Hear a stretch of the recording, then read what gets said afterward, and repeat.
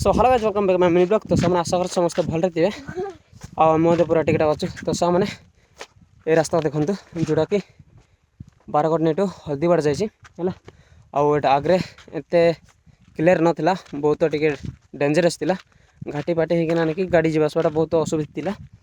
तो आम जिते 5 वर्ष 6 वर्ष थी से रास्ता को आम गाँव लोक मैंने निजे हाथ द्वारा ना कि डाकिना ना कि समस्त मिलमिश ना कि रास्ता तैयार करते। तो से ना कि टिकेटा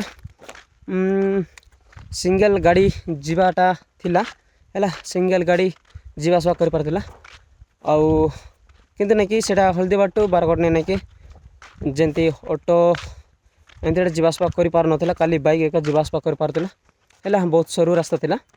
तो ये बहुत क्लीन हो जाए देख पारे और इे मत देख पारे है इे आम गाँ जाऊँगी जोटा बारगढ़नी जोटा कि हल्दीबाड़ टू बारगढ़नी आ बारगढ़नी टू हल्दीबाड़ रोड है।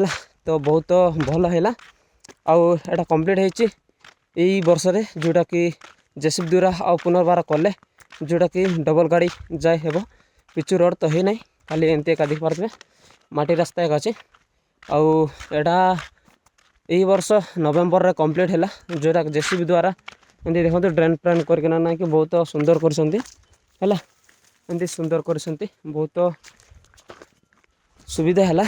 आगरे बहुत असुविधा थिला गाड़ी जीवासवाटा सामान पत्र नेबा नबाटा बहुत असुविधा थिला। अबे बहुत बड़ असार मत हो गला रोडटा बहुत खुशी लगुच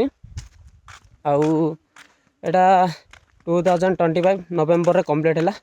तो आम ये रोड कला बेलू जग दे पार्लु ना कहीं आमर से मत ना कि कम रही जाता जोटा कि सुआ मांडिया धान पान सब कटाकटी चलता। तो सामने आउ एबे तो बहुत सुविधा है एबे फ्यूचर जो मैंने आसबे से बहुत भल कम करेंगे जीवासवाटा बहुत सुविधा है आगे सेमती नाला बहुत कष्ट देखना चलुले।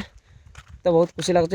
तो सामने जदि वीडियो भल लगे लाइक करूँ कमेंट करूँ शेयर करूँ आउ फॉलो जरूर करूँ और नुआ जब आसती चैनल को सब्सक्राइब कर ऑल नोटिफिकेशन प्रेस करूँ एमती ब्लॉगिंग पाइबा। तो रोज सामने देखा नेक्स्ट ब्लॉग रे।